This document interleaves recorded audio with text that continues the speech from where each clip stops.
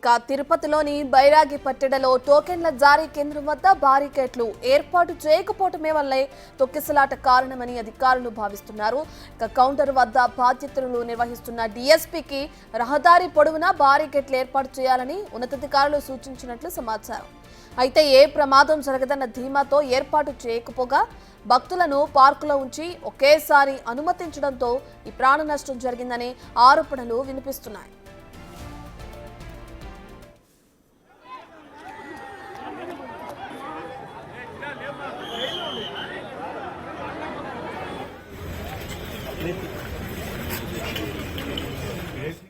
ఇప్పటికే తొక్కిసలాట ఘటనపై సీఎం చంద్రబాబుకు ప్రాథమిక నివేదిక చేరింది.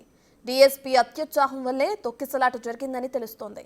తొక్కిసలాట జరిగిన తర్వాత సరైన రీతిలో స్పందించలేదనే ఆరోపణలు కూడా వస్తున్నాయి. సకాలంలో అదనపు సిబ్బందితో స్పాట్కు చేరుకున్న ఎస్పీ సుబ్బారాయుడు కింద పడిపోయిన భక్తులకు సిపిఆర్ చేశారు. లేకుంటే మృతుల సంఖ్య మరింత పెరిగుండేదని ప్రత్యక్ష సాక్షులు చెబుతున్నారు. మరోవైపు 20 నిమిషాల పాటు అంబులెన్స్ల డ్రైవర్లు అందుబాటులో లేరు. డీఎస్పీ తీరుపై ఎస్పీ సుబ్బారాయుడు కలెక్టర్కు సిబ్బంది ఫిర్యాదు చేశారు.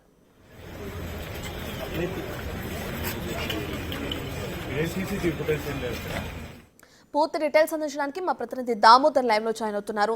రైట్ దామోదర్, ఇప్పటికే చూసుకుంటే తిరుపతిలో ఏదైతే టోకెన్ల జారీ కేంద్రం వద్ద ఆ తొక్కిసలాట జరిగిందో దానికి డీఎస్పీ అత్యుత్సాహమే కారణంగా తెలుస్తుంది.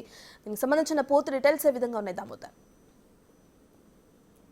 నిన్న ఏదైతే బైరాగి పట్టడి సమీపంలోని పద్మావతి పార్క్ వద్ద జరిగిన తొక్కిసలాటలో ఏదైతే ఆరుగురు మరణించిన నేపథ్యంలో ఈ ఘటనకు సంబంధించి పోలీసుల యొక్క నిర్లక్ష్యమా లేకపోతే మరో కారణం అన్న కోణంలో దర్యాప్తు విచారణ నివేదికను సీఎం వచ్చేలోగా రెడీ చేయడానికి అధికారులు పూర్తి స్థాయిలో సిద్ధమయ్యారు. ముఖ్యంగా ఈ నివేదికకు సంబంధించి ముఖ్యంగా అక్కడ విధుల్లో ఉన్న సిసిఎస్ డిఎస్పీ రమణకుమార్ కొంత క్రైసిస్ మేనేజ్మెంట్ పాటించకుండా నిర్లక్ష్యంగా గేట్ తీయించడం వల్ల ఈ ఘటన తలెత్తిందని అక్కడ ఉన్న పోలీసు ఏదైతే సిబ్బంది అటు ఎస్పీతో పాటు కలెక్టర్కి కూడా తెలిపినట్లు సమాచారం. ఇదే నివేదికను పోలీసు ఉన్నతాధికారులకు కూడా పంపినట్లు ఏదైతే పోలీసు ఉన్నతాధికారులతో పాటు సీఎంకు కూడా నివేదించినట్టు తెలుస్తుంది. ముఖ్యంగా నిన్న సాయంత్రం 8:20 గంటల సమయంలో బైరాగి పట్టడిలోని పద్మావతి పార్కులో సుమారు అప్పటికే 5 నుంచి 6 వేల మంది ప్రజలు లోపలే ఉన్నారు.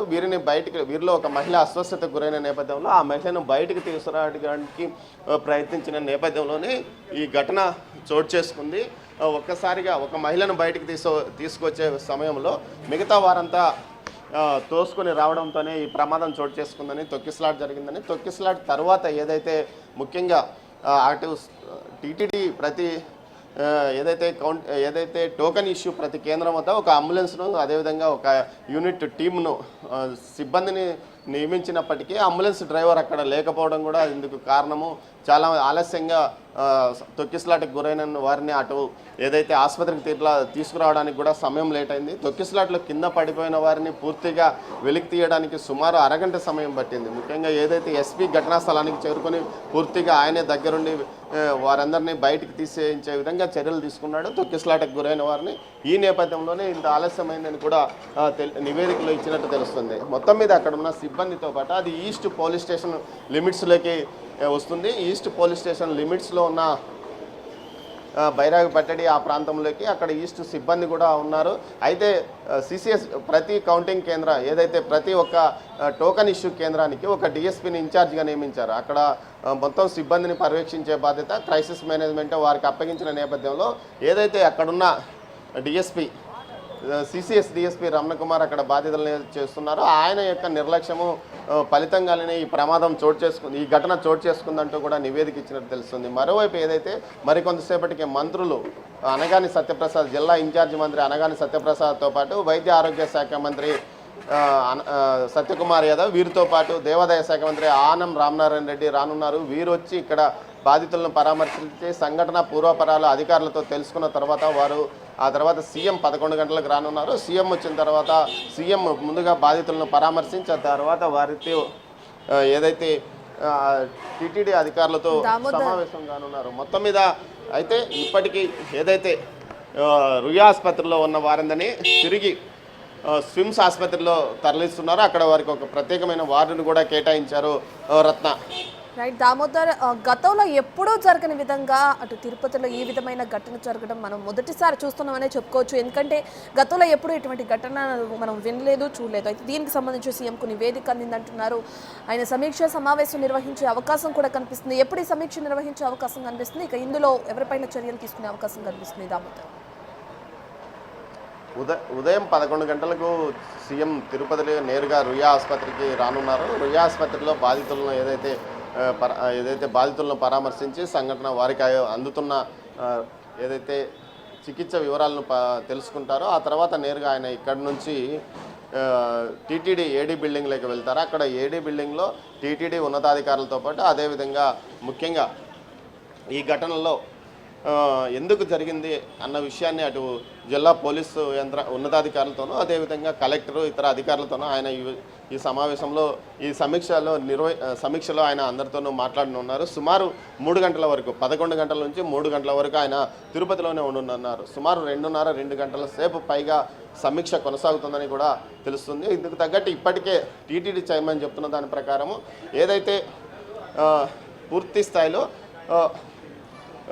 స్థాయిలో నివేదిక అందిందని చెప్తున్నారు. సార్ చెప్పండి, అసలు ఎంతమంది గాయపడ్డారు, ప్రస్తుతం ఎంతమంది స్టేబుల్ ఉన్నారు? సార్ రాత్రి 37 మంది తొక్కిసలాట్లా గాయపడడం జరిగింది.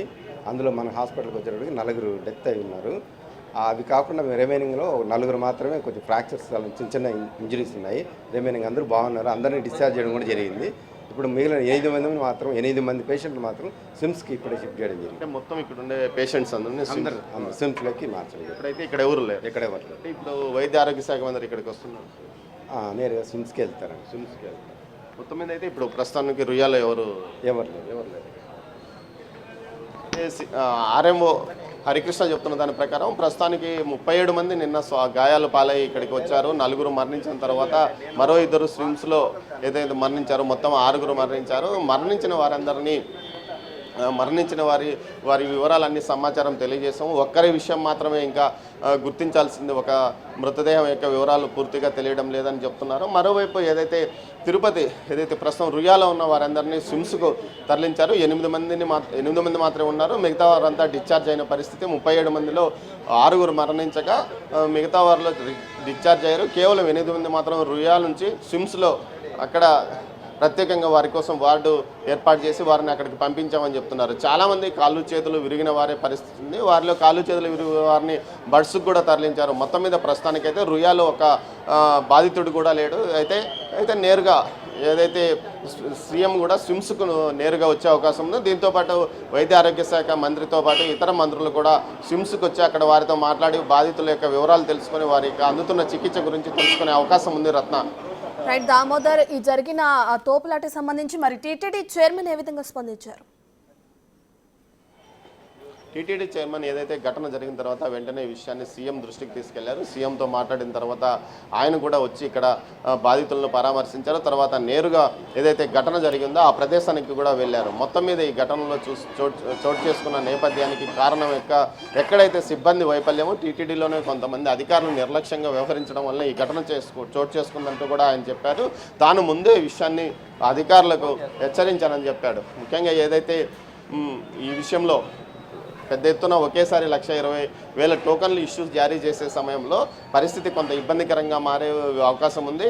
ఇతర ప్రాంతాల నుంచి ముఖ్యంగా ఏదైతే ఇటు దక్షిణాది రాష్ట్రాల అన్ని చోట్ల నుంచి ఇక్కడికి టోకన్స్ కోసం భక్తులు వచ్చే అవకాశం ఉన్నందువల్ల ఖచ్చితంగా మనం చాలా జాగ్రత్తగా ఉండాలి. ఏదైతే క్రైసిస్ మేనేజ్మెంట్తో పాటు ముఖ్యంగా అన్ని రకాల బందోబస్తు కూడా తీసుకోవాలంటూ కూడా ఆయన సూచించినాను. ఆ తర్వాత కొంత నిర్లక్ష్యం ఫలితంగా ఏదైతే మిగతా అన్ని సెంటర్స్లోనూ ఖచ్చితంగా జరిగాయి. బైరాగిపట్నంలో స్టాంపింగ్ జరగడానికి కారణం అక్కడ పార్క్లో వారిని ఉంచడమే కారణం అంటున్నారు. మొత్తం మీద ఈ ఘటనపై ఆయన వెంటనే ఒక సీఎంతో మాట్లాడాడు. అదేవిధంగా మృతుల కుటుంబాలకు ఏదైతే ఎక్స్రేషియా కూడా ప్రకటిస్తానని చెప్పాడు. దీంతోపాటు గాయపడిన వారికి వీరందరికీ వైద్య సౌకర్యాన్ని పూర్తి స్థాయిలో అటు టీటీడీ అందిస్తుందని ఆయన నిన్న మీడియాకు తెలియజేశాడు. మొత్తం మీద రాత్రి 12 గంటల సమయంలో ఆయన ఆసుపత్రిలో వచ్చి బాధితులను పరామర్శించాడు. ఆ తర్వాత నేరుగా సంఘటన జరిగిన సత్యనారాయణపురంలోని ఆయా ప్రాంతాలని పరిశీలించి ఎలా జరిగింది, ఏం జరిగింది అన్న విషయాన్ని స్థానికంగా ఉన్న అధికారులతో తెలుసుకున్నారు. ముఖ్యంగా మనం చూసుకుంటే ఈ ఘటనకు సంబంధించి నివేదిక ఇచ్చిన నేపథ్యంలో ఏదైతే పూర్తి స్థాయిలో అక్కడ విధుల్లో ఉన్న అధికారుల యొక్క నిర్లక్ష్య ఫలితంగానే ఈ ఘటన చోటు చేసుకుందని చెప్తున్నారు. 37 మంది తొక్కిసలాటకు గురై అస్వస్థతకు గురై తీవ్రంగా గాయపడిన నేపథ్యంలో 4 ఆసుపత్రికి చేరేలోగా మరణించారు. మరో 2 స్విమ్స్ ఆసుపత్రిలో చికిత్స పొందుతూ మరణించారు. అయితే ఇందులో 5 మాత్రమే తొక్కిసలాటకు గురైనారు. ఒక మహిళ వేరే సెంటర్లో తీవ్ర అస్వస్థతకు గురై అనారోగ్యానికి గురై మరణించిందని కూడా చెప్తున్నారు. మొత్తం మీద అయితే ఘటనా స్థలం ఏదైతే బైరాగపట్టడి పాఠశాలలో జరిగిన బైరాగపట్టడి పార్కు, అదేవిధంగా రామానాయుడు స్కూల్ మధ్యలో జరిగిన తొక్కిసలాటలో కేవలం 5 మరణించారు. మిగతా ఒక మహిళ అస్వస్థతకు గురై వేరే కౌంటర్ వద్ద అస్వస్థతకు గురికాగా ఆమెను ఆసుపత్రికి తీసుకురాగా ఆమె మరణించిందని చెప్తున్నారు. అయితే తొక్కిసలాట్లో ఘటనకు సంబంధించి దీనికి ఆమెకు సంబంధం లేదని కూడా చెప్తున్నారు. మొత్తం మీద తీసుకుంటే ఇలాంటి ఘటన తిరుమల టీటీడీ కానీ తిరుమల చరిత్రలో ఎప్పుడు జరగలేదు. గతంలో జరిగినప్పటికీ స్వల్పంగా 1-2 మరణించిన ఉంది, కానీ ఒకేసారి ఈ స్థాయిలో మరణించడం ఇదే మొదటిసారి అని చెప్పవచ్చు రత్న. మరోవైపు దీనికి సంబంధించి ఇటు కలెక్టర్తో పాటు ఎస్పీ ఒక నివేదిక తయారు చేశారో ఆ నివేదికను సీఎంకి ఇవ్వనున్నారు. మొత్తం మీద ఈ ఘటనలో ఏదైతే అక్కడ విధుల్లో ఉన్న సిసిఎస్ డిఎస్పీతో పాటు స్థానికంగా ఈస్ట్ పోలీస్ స్టేషన్కి సంబంధించిన అధికారులు కూడా ఖచ్చితంగా వారి పాత్ర ఉంటుందని చెప్పవచ్చు. వారు నిర్లక్ష్యంగా వ్యవహరించడం వల్ల ఈ ఘటన చోటు చేసుకుందని చెప్పవచ్చు. ముఖ్యంగా ఈ ప్రాంతానికి సంబంధించిన అధికారులు ఏదైతే మొత్తం మీద అత్యంత రద్దీ వచ్చే సెంటర్స్ 2 అని ముందుగానే గుర్తించారు. ఏదైతే అటు రామానాయుడు స్కూల్ అంటే ప్రస్తుతం ఘటన జరిగిన ప్రాంతం, అదేవిధంగా సత్యనారాయణపురంలోనే ప్రభుత్వ ఉన్నత పాఠశాల, ఈ 2 చోట్లనే పెద్ద సంఖ్యలో ప్రజలు చేరుకునే అవకాశం ఉంటుంది వల్ల ఈ పరిస్థితుల్లో వీరందరి కోసం ఖచ్చితంగా ఒక ప్రత్యేకంగా ఈ 2 చోట్ల భద్రతా ఏర్పాట్లు కానీ క్రైసిస్ మేనేజ్మెంట్ కానీ ఖచ్చితంగా చేయాలని ఆదేశాలు జారీ చేసినప్పటికీ ఏదైతే బైరాగపట్నంలో ఉన్న చోట మరింతగా నిర్లక్ష్యంగా వ్యవహరించడం వల్ల ఈ పరిస్థితి తలెత్తిందని చెప్పవచ్చు Ratna. Right, thank you for the update Damodar.